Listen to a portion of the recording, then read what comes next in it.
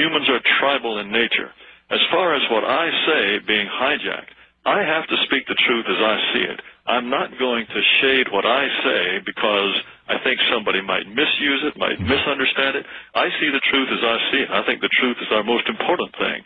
And the idea of somehow hiding behind certain facts or suppressing certain facts or not talking about certain things because people might misunderstand, that's no way for any society to operate. We have to go forward with the full truth. Fair enough. Oscar, please, if you would respond. Well, you know, Timothy McVeigh, before the 9/11 attacks, everyone recalls Timothy McVeigh in Oklahoma bombing. I mean, this is an American. This is an American citizen, someone with blonde hair and blue eyes that killed Americans. So, you know, let's stop spreading this fear, because Timothy McVeigh, you know, he believes in this racist ideology of the KKK, and he believes in white supremacy. Well, why did he kill so many white people then? Why did he kill so many white people if he was a white supremacist? Well, that's a really good question. Well, I don't think I think the answer to that is that he disagreed. He disagreed with the government, and he disagreed with the white people that are in government, and that's why he attacked this country. But I think it's a very important fact. You know, all this fear about Mexicans doing this and Mexicans doing that. You know what? Timothy McVeigh, a white, blonde-haired, blue-eyed American citizen, killed. I mean, before 9/11, it was the largest terrorist attack that ever occurred in this country. Mexicans have never done that, and Mexicans will never do that. I think Timothy McVeigh has absolutely nothing to do with this conversation. Furthermore, Timothy McVeigh has absolutely nothing to do with this conversation. Furthermore, should there be a serious conflict between Mexico and the United States, our host just mentioned the fact that it appears that there were a Mexican military who were shepherding drugs across the border and actually violating our territory, Mexican soldiers. If that turns out to be true, if there turns out to be a sharp military conflict along the border, I would predict, and I would bet any amount of money, that most of the Mexicans in this country, whether they're citizens or not of the United States, they would side with the Mexican side. If there was some sort of very sharp conflict, I think there could be extreme violence stirred up by Mexicans, Mexican Americans, and Hispanics of other kinds. I think at this point there are so many Mexicans in this country with such an intense loyalty to Mexico rather than to the United States that that's one of the reasons why the United States has reacted in such a limp-wristed way to what appears to be an incursion by Mexican military forces. They don't dare respond to it because they know how many Mexicans are here and how loyal they are, not to this country, but to Mexico. Jared, that's an excellent point. And Oscar, if I can expand on that and maybe pose a question to you. If what you say is true, Oscar, that the people who are here are loyal to this country because this country is where they live, how do you account for, during World War II, the internment camps that took place, which I wholeheartedly disagree with? But they did occur, and they occurred because we were at war with the various nations, Japan, Germany, and Italy, and those citizens, those immigrants from those countries were detained, some of them even here in Arkansas. So that did occur, and that was our national policy, was these people living in this country could potentially be more loyal to their home nation than they are to this one, and therefore deemed a threat, and therefore must be detained. So if, as Jared was just saying there, about the Mexican military possibly being involved with drug smuggling, if that were to inflame tensions in any sort of capacity, it's very possible that we would see either the internment or expulsion of Mexican Americans out of America. How would you respond to that? Well, first of all, in World War II, the internment camps were for the Japanese, even though we were at war with Germany and the Italians and the Germans as well. Actually. Well, not as I can bet that there were more Japanese put place in internment camps than Germans. Absolutely, and they're more easily to tell the difference between a Japanese citizen and an American citizen. I mean, just by looks alone. But that does apply to Mexico as well under certain circumstances. I think, frankly, in this country today, there is such a psychological capitulation that if there were some kind of sharp incident, even a full-scale war with Mexico, which I would find very unlikely, the United States would not have the will to take measures against citizens of Mexican origin. In fact, what would happen is that there would be a very powerful fifth column movement within the United States supporting Mexico rather than the United States.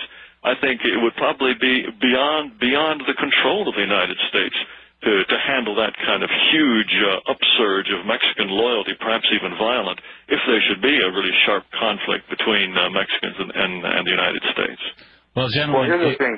Okay. The Mexican military does not exist to protect Mexico from the United States. In fact, the Mexican military its only purpose is to protect the Mexican government from Mexicans themselves.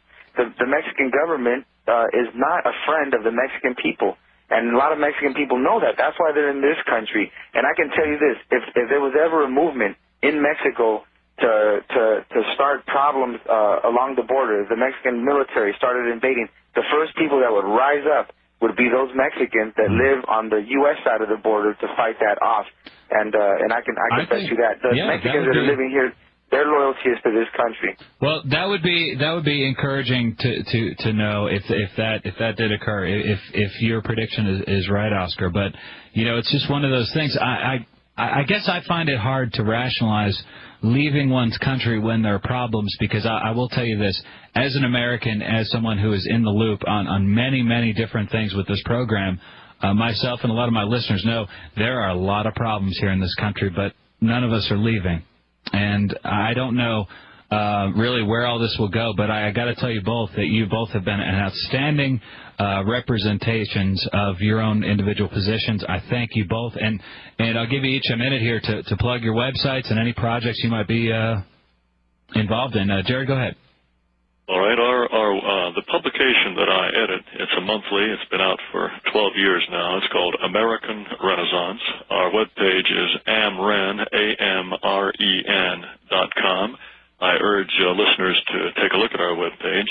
Also, I might add that we are holding an international conference on race and immigration. It's going to be held in the Washington, D.C. area the last weekend of February. It's really filling up quickly, but there may be some chance to register and come if you're interested in talking about some of these issues that, in fact, we've been discussing today.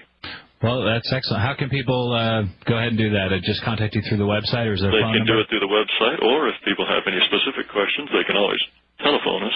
The telephone number at the office here is 703-716-0900.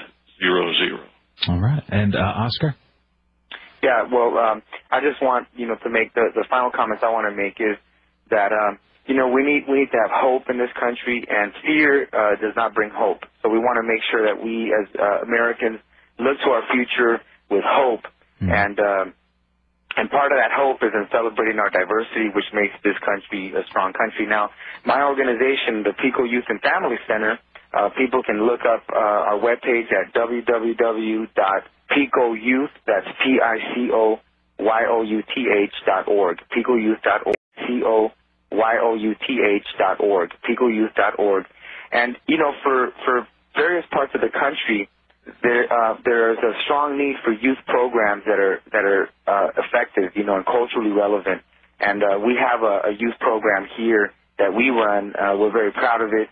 And in many other parts of the country, the young people need support, and that's something that we've been doing, is supporting the youth so that they can become productive citizens in the future.